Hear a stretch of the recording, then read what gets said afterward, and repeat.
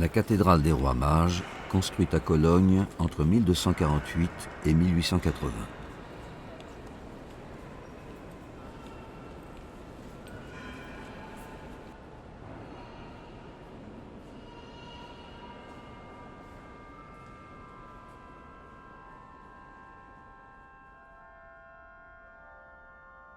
Tout commence avec les Rois Mages. Suivant une étoile, Melchior, Balthazar et Gaspard arrivent à Bethléem et rendent hommage à Jésus. Dès 1164, la ville de Cologne s'enorgueillit de posséder leurs reliques. La châsse d'or et de pierres précieuses qui contient leurs restes est alors le reliquaire le plus célèbre de l'Occident chrétien, attirant des pèlerins venus de toute l'Europe. Fortes de ce succès, les autorités ecclésiastiques décident en 1248 de construire une nouvelle cathédrale confiée à un maître maçon dont on ignore tout, sauf le nom, Gerhard.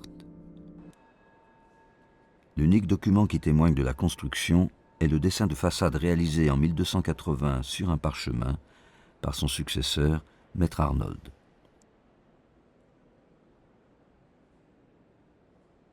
Deux tours s'élèvent à 500 pieds, soit 157 mètres, inspirées sans doute par les deux grandes tours de Notre-Dame de Paris qui achèvent de se construire. Une cathédrale caractéristique de ce qu'on appelle à l'époque l'art français, comme Reims ou Amiens. Plus tard, on dira qu'elles sont gothiques.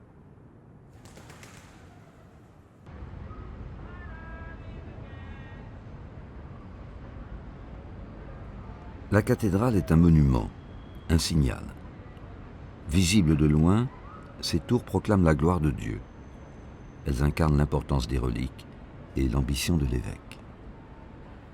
Commencée au milieu du XIIIe siècle, la cathédrale de Cologne ne sera achevée qu'à la fin du XIXe siècle. Elle est à la fois contemporaine du gothique et de ses symboles de la modernité, la gare et le pont de métal qui franchit le Rhin.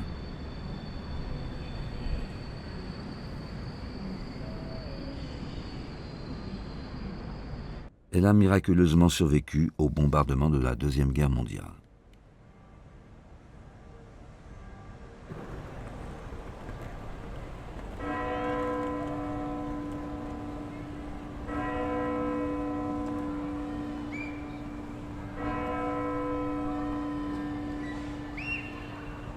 La façade et les tours sont décorées d'arcs, de tabernacles, ces fines figures de maisons aux toits pointus, et de gables, ces éléments en forme de triangle.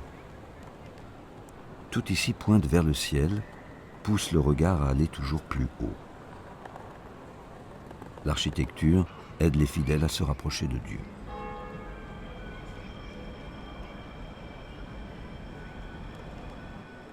Au pied des tours, l'entrée principale, le portail et son tympan, richement orné de statues. C'est un décor pédagogique, un catéchisme de pierre pour un peuple illettré.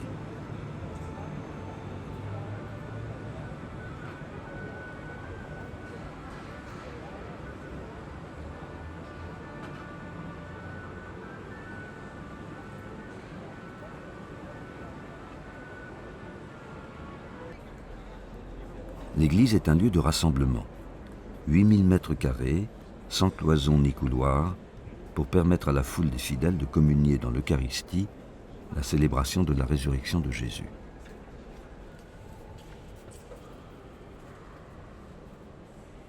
Les fidèles assistant à la messe occupent la partie centrale de l'église, la nef.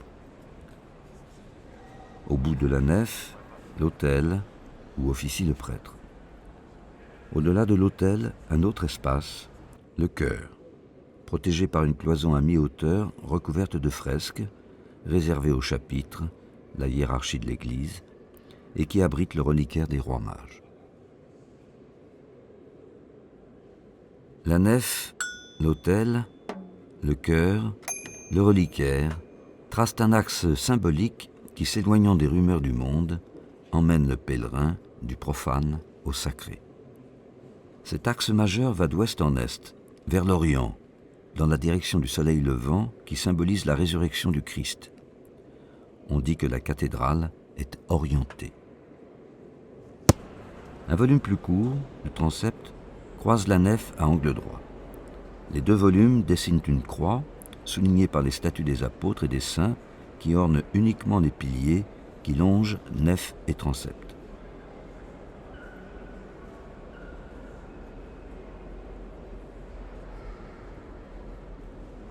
L'Église fait revivre dans une architecture de pierre la Passion du Christ.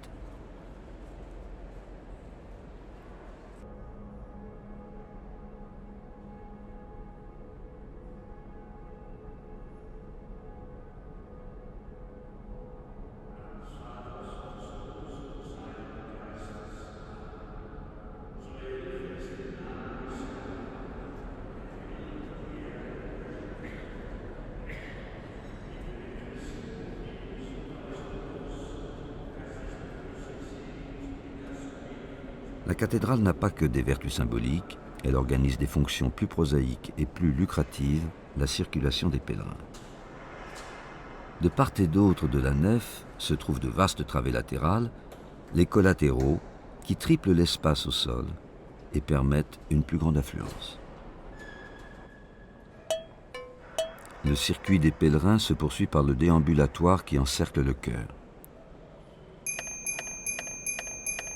Le déambulatoire dessert 7 petites chapelles qui multiplient la capacité de faire des messes et des offrandes et amènent les pèlerins à proximité du reliquaire.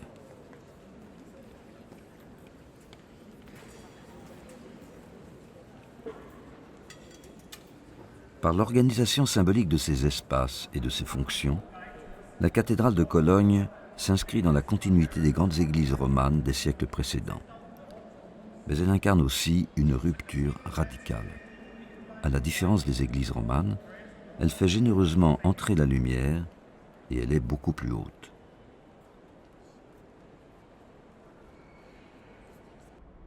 L'abbatiale romane de Conques, terminée un siècle plus tôt, s'élevait à 43 mètres. Avec ses tours, elle rentrerait tout entière dans la nef de Cologne.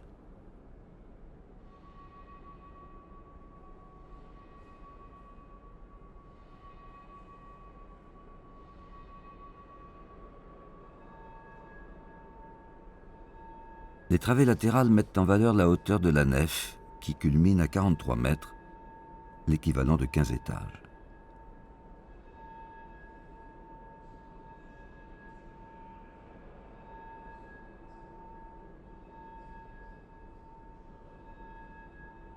Trois éléments en rythment l'élévation. Au-dessus des grandes arcades de 21 mètres de haut qui s'ouvrent sur les collatéraux, une galerie ajourée, le triforium, fait le tour de la cathédrale.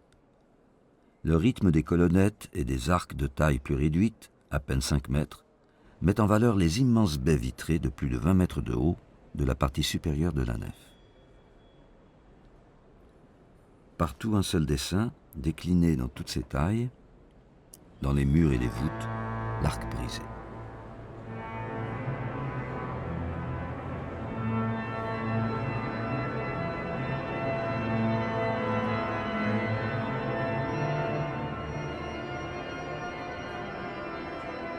Contrairement à l'arc roman dont la voûte est en demi-cercle, l'arc brisé culmine par une pointe.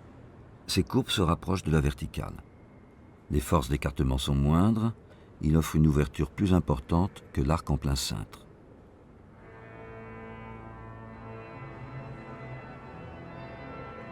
Dans le carnet de dessin de Villard de Honnecourt vers 1230, on retrouve les croquis de l'arc brisé et de 2 corps de lutteurs. Une leçon de physique sur l'équilibre des forces, à l'image de la croisée d'ogive, cette nouvelle manière de construire qui, en croisant 2 arcs, permet de mieux répartir les efforts, d'alléger les murs et de construire plus haut.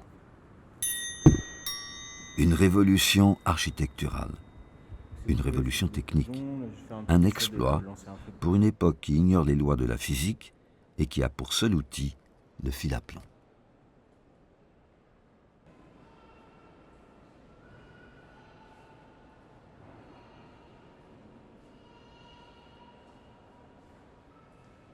L'arc brisé dessine les minces nervures qui se croisent au milieu des voûtes. Située sous les arêtes, elle reporte l'ensemble du poids, Du centre de la voûte vers ses 4 supports, les chapiteaux en haut des colonnes.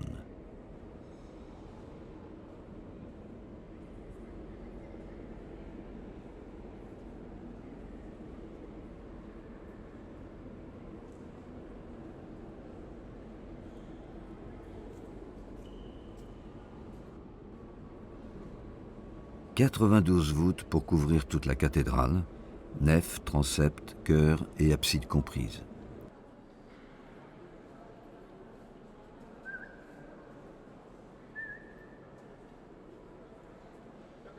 La croisée d'ogives permet de franchir de grands espaces. Au-dessus de l'autel, une portée de près de 20 mètres, 2 fois plus importante qu'une voûte d'arête romane.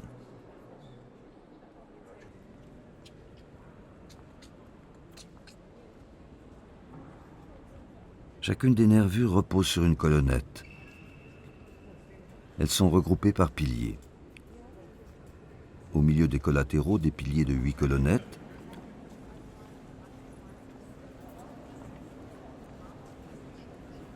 Au bord de la nef, 12 colonnettes.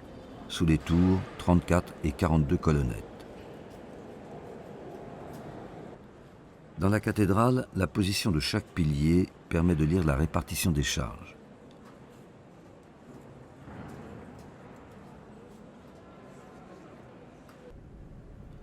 Ils prennent appui sur des fondations, des accumulations de pierres de 15 mètres de profondeur. Le calcul des charges est simple, mettre autant de pierres en dessous du niveau du sol qu'au-dessus. La disposition des colonnes et des voûtes est parfaitement symétrique autour d'un axe qui partagerait la nef en deux. Les efforts s'équilibrent latéralement d'un mur à l'autre, d'un contrefort à l'autre, à travers des reports successifs de voûte à voûte. La généralisation de la croisée d'ogives libère les murs de leur fonction porteuse. On peut désormais les alléger, remplacer la pierre par du verre.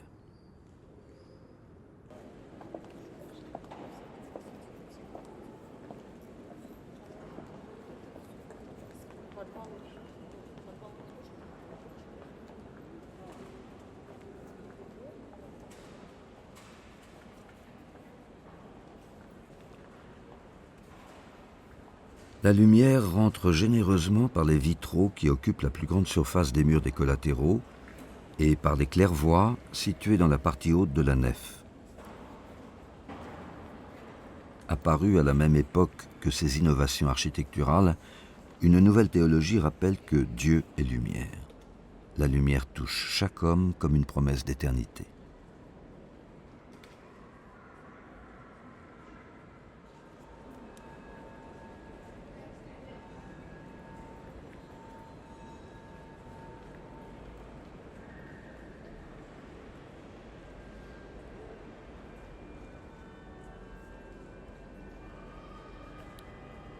Hors les murs, à l'air libre, la structure porteuse continue et crée un paysage architectural difficile à lire. Contrastant avec le volume épuré de la nef, l'extérieur se présente comme un enchevêtrement de passerelles et de pointes dressées vers le ciel. Une forme exubérante et hérissée que l'époque classique trouvait barbare, d'où le terme péjoratif de gothique. Dans ce paysage de pierre qui semble impossible à déchiffrer, se cache la deuxième grande innovation constructive de l'architecture gothique, l'arc-boutant.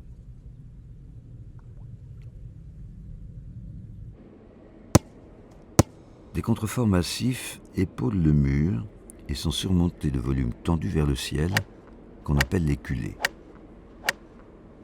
Des ponts de pierre, des arcs-boutants, prennent appui d'un côté sur le volume supérieur de la nef, de l'autre sur les culées.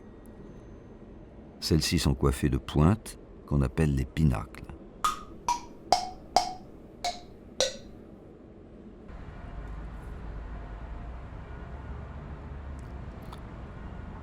Entouré des arcs-boutants et des pinacles, le toit, dont la pente aiguë symbolise l'ascension spirituelle. Il offre une énorme prise au vent. Depuis le XIIIe siècle, une toiture d'épaisses feuilles de plomb, un toit de 600 tonnes.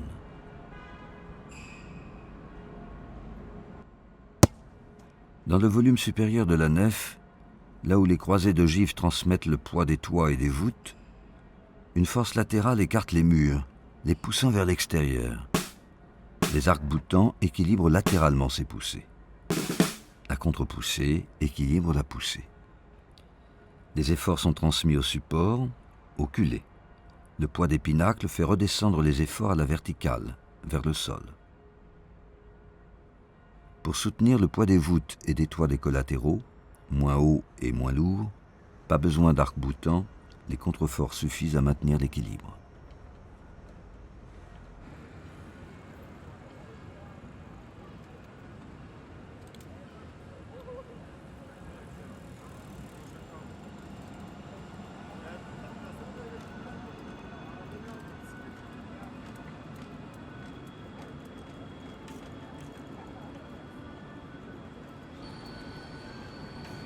Reproduisant l'écartement des piliers dans la nef, les contreforts et les culées créent un rythme vertical sur toute la hauteur.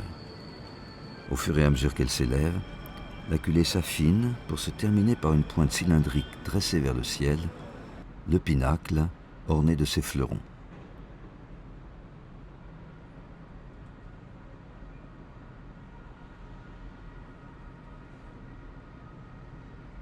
De chaque côté de la nef, 3 rangées de culées, une à l'aplomb des murs du volume de la nef, une au milieu des collatéraux, une à l'aplomb du mur des collatéraux. Chaque culée de la rangée centrale traverse le toit des collatéraux. Elle repose sur un pilier. Le raccord est invisible. À moitié dedans. À moitié dehors, un seul axe.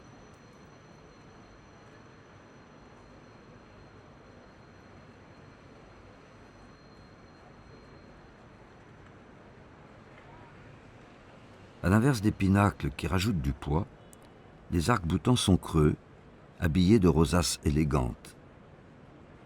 La poussée latérale n'est pas une affaire de poids. Les arcs-boutants s'élancent d'une culée à l'autre pour contrebuter les poussées générées par les voûtes et le toit.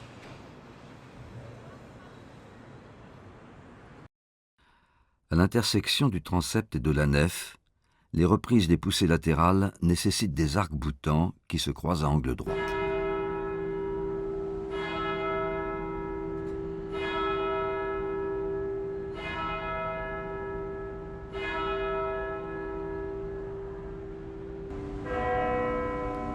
Rien de cette complexité constructive n'est caché au regard. Elle est affichée, ne fait qu'un avec le décor. Les arcs-boutants ajourés, les pinacles et leurs fleurons, le rythme des ogives, tout impose une vision plastique. Étrange architecture où le squelette traverse la peau du bâtiment pour dessiner un volume sans mur ni toit. Ici, la forme incarne directement le jeu des forces. C'est ce qu'ont admiré les rationalistes du XIXe siècle comme Viollet-le-Duc et les grands architectes du mouvement moderne comme Mies van der Rohe. La cathédrale de Cologne, un chef-d'œuvre gothique. Pendant 3 siècles, les gravures et les dessins de Cologne montrent une toute autre image de la cathédrale. Elle n'a alors ni nef, ni transept, une seule tour à peine commencée. Un chantier en panne, plus d'argent. Le gothique est passé de mode, la grue est restée sur le toit. Il faudra attendre Goethe et Heine qui, dès la fin du XVIIIe siècle, verront dans le gothique une architecture romantique pour relancer le débat sur la fin du chantier. Sulpitz-Boisseret édite un livre de gravures représentant la cathédrale, des dessins fidèles à ceux du maître maçon du Moyen-Âge. Cette réhabilitation est soutenue par un courant nationaliste qui voit dans le gothique un art authentiquement allemand, une revanche contre le goût néoclassique de l'envahisseur français. Mais c'est la stratégie politique de Frédéric Guillaume IV, roi de Prusse, qui relancera les travaux. Il en fera le symbole de l'unité allemande et, bien que protestant, paiera la moitié des travaux, l'autre moitié étant payée par des dons et une loterie. En 1842, le chantier est relancé en grande pompe. Pour ses commanditaires, il ne s'agit plus de célébrer le plus précieux des reliquaires, mais d'affirmer la puissance de l'Allemagne, une nation moderne et enfin unifiée. Les travaux dureront 40 ans. Plus de 500 ouvriers, dirigés par les architectes Zwirner puis Vogtel, vont élever les 2/3 de la cathédrale actuelle. Mais rien ne permet de distinguer les dates de construction du chœur, du transept ou de la nef. Les ouvriers du XIXe siècle construisent gothique.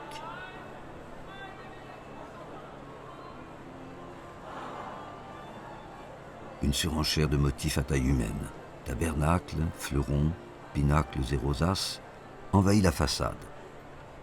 7000 mètres carrés, la plus grande surface de façade d'église au monde.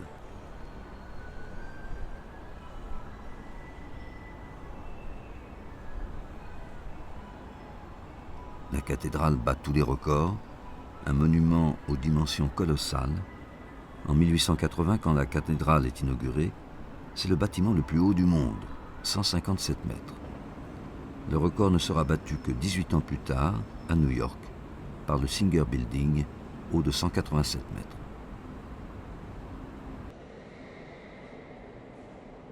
Seules les signatures des tailleurs de pierre du XIVe siècle, voisinant avec les rares traces laissées par l'arrêt des travaux, comme le dessin du toit à 2 pentes qui couvrait les nefs et les travées, témoignent de la très longue histoire du chantier.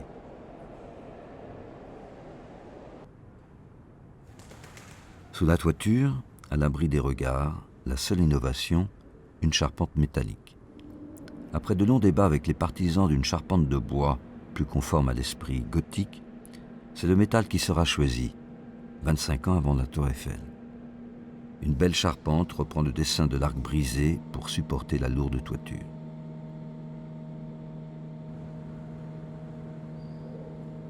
Sous les fines armatures de métal, les voûtes du chœur du XIIIe siècle laissent deviner le dessin des croisées d'ogives qui les soutiennent, là où de fragiles baguettes de bois maintiennent en place les étoiles du ciel divin.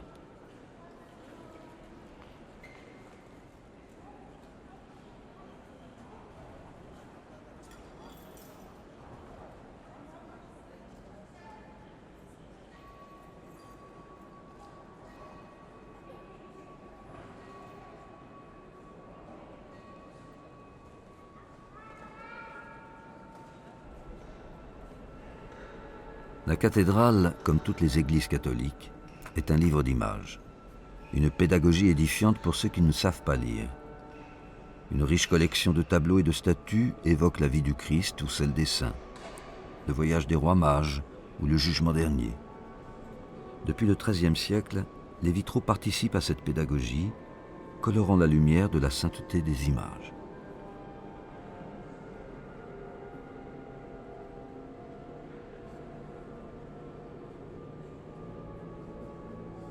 Et en 2003, quand le chapitre de la cathédrale commande à Gerhard Richter, le plus célèbre des peintres contemporains allemands, un nouveau vitrail pour le transept sud, il lui suggère le thème « Les 6 martyrs du XXe siècle ». Refusant la proposition, Richter créera une composition abstraite de 11 263 carreaux de verre de couleur. Le vitrail à peine terminé, le cardinal Meissner déclarera que cette œuvre ne reflète pas clairement notre foi et qu'elle est mieux adaptée à une mosquée ou à un temple.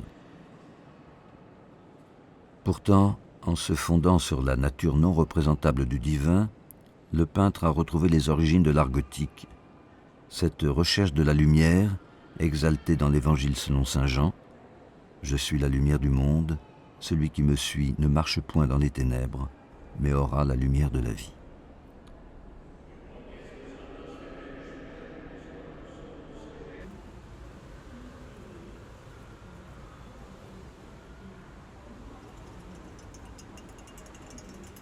La cathédrale continue à aller de chantier en chantier. On dit à Cologne que les travaux ne prendront fin que le jour de l'Apocalypse.